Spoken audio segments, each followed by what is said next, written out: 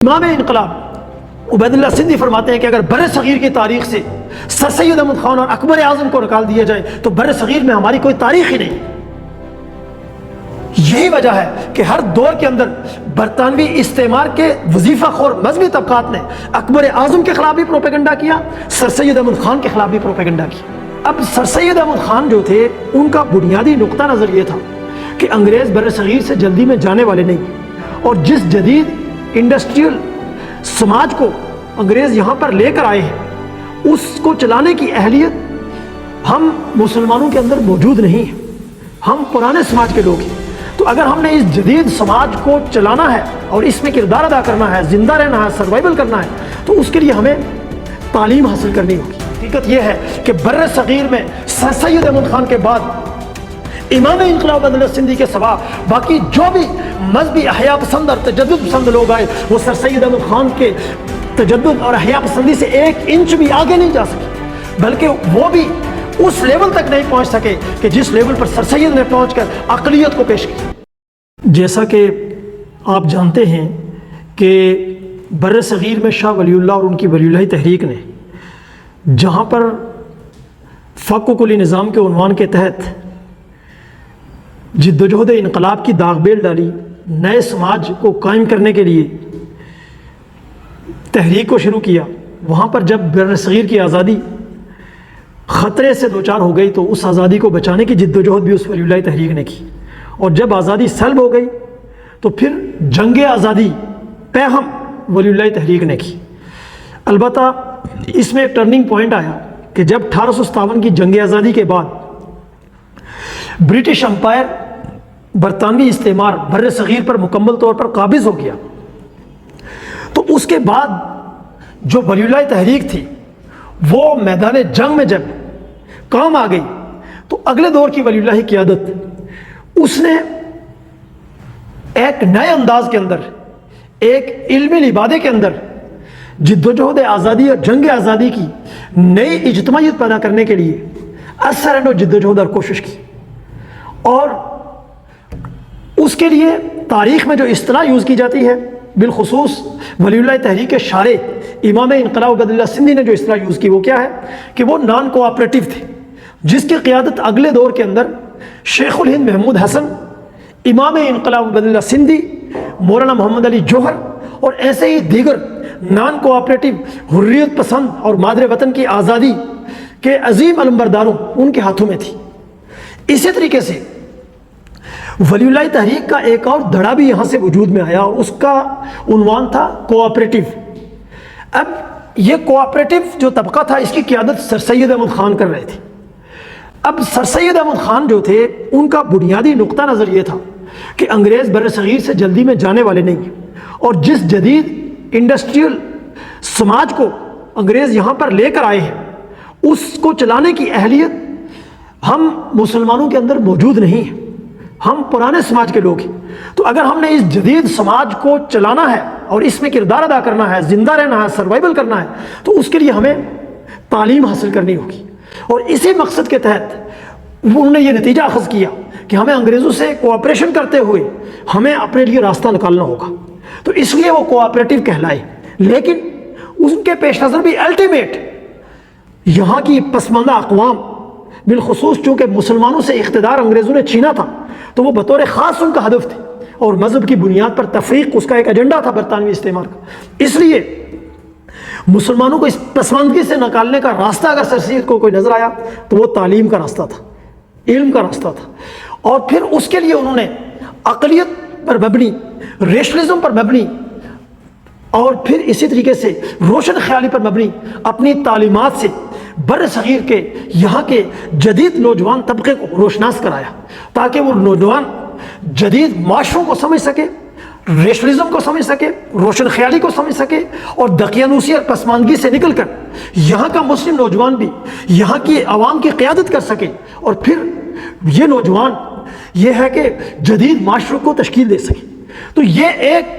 Vision تھا سر سید احمد خان کا، جس پر بلا شبہ امام انقلاب عبید اللہ سندھی نے اپنی اس عظیم بک افادات و ملفوظات میں واشکاف الفاظ میں یہ چیز لکھ دی ہے کہ سر سید احمد خان اپنے مسلک میں، مسلک فکر میں ولی اللہ ہی میں، اور اس پر پورا انہوں نے چیپٹر لکھا ہے جس میں سر سید احمد خان کی جو روشن خیالی اور عقلیت پر مبنی جدوجہد تھی اور اپنی قوم کو اٹھانے کے لیے وہ جو انگریز کے سامنے جھکنے پر مجبور ہوئے، کہتے ہیں کہ وہ جھکے ضرور انگریز کے سامنے، لیکن ان کے جھکنے میں ذلت کا شائبہ تک نہیں تھا۔ وہ صرف اپنی قوم کو جو تاریکی کی طویل ترین رات تھی اسے نکالنے کے لیے جو راستہ دیکھ رہے تھے اس راستے کو اختیار کیا، اور چونکہ وہ سیاسی طور پر اس رائے پر کاربند تھے کہ انگریزوں سے تعاون کیے بغیر یہ راستہ نہیں نکلتا، تو اس لیے انہوں نے ان سے تعاون کیا۔ تو امام انقلاب عبید اللہ سندھی فرماتے ہیں کہ سیاسی رائے سے اتفاق کرنا ضروری نہیں ہے، ویسے بھی سیاسی رائے وقتی ہوتی ہے، لیکن ان کا جو ایک روشن خیالی کا، عقلیت کا، اور اسی طریقے سے یہ ہے کہ ریشنلزم کا جو کام تھا وہ کام تو فور ایور ہے، اور اس کو تسلیم نہ کرنا یہ مسلمانوں کے زوال ہی کا باعث ہے۔ اسی لیے ہم سر سید احمد خان کو امام انقلاب عبید اللہ سندھی کی پیروی میں ولی اللہ تحریک کے کوآپریٹو ونگ کا لیڈر مانتے ہیں، اس کا قائد مانتے ہیں اور ان کی کنٹریبیوشن کو تسلیم کرتے ہیں۔ بلکہ امام انقلاب عبید اللہ سندھی فرماتے ہیں کہ اگر بر صغیر کی تاریخ سے سر سید احمد خان اور اکبر اعظم کو نکال دیا جائے تو بر صغیر میں ہماری کوئی تاریخ ہی نہیں۔ یہی وجہ ہے کہ ہر دور کے اندر برطانوی استعمار کے وظیفہ خور مذہبی طبقات نے اکبر اعظم کے خلاف بھی پروپیگنڈا کیا، سر سید احمد خان کے خلاف بھی پروپیگنڈا کیا، اور آج طرفہ تماشا یہ ہے، بدقسمتی یہ ہے کہ امام انقلاب عبید اللہ سندھی کا نام لینے والے بھی جنہوں نے نظریات کو فروخت کیا، جنہوں نے سرمایہ کی اعلی کاری کر کے ولی اللہ تحریک کی پیٹھ کے اندر خنجر گھونپا، وہ آج سر سید احمد خان جیسی عظیم ہستی جس پر امام انقلاب عبید اللہ سندھی کا اعتماد ہے اس کے لیے یہ نازیبا الفاظ یوز کرتے ہیں کہ وہ بھی میر جعفر اور میر صادق کی طرح اس دھرتی کا غدار تھا۔ آپ کی حیثیت کیا ہے کہ آپ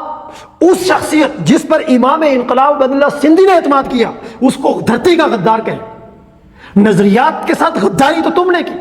ولی اللہ تحریک کی پیٹھ کے اندر خنجر اور چھرا تو تم نے گھونپا، سرمایہ داروں کے ہاتھوں پر نظریات تم نے بیچے، دو قومی نظریے اور مذہبی منافرت پر مبنی نظریات اس کو فروغ تم نے دیا، اور فتویٰ لگاتے ہو تم امام انقلاب عبید اللہ سندھی کے اعتماد یافتہ بر صغیر کی ولی اللہ تحریک کے کوآپریٹو ونگ کے قائد سر سید احمد خان پر،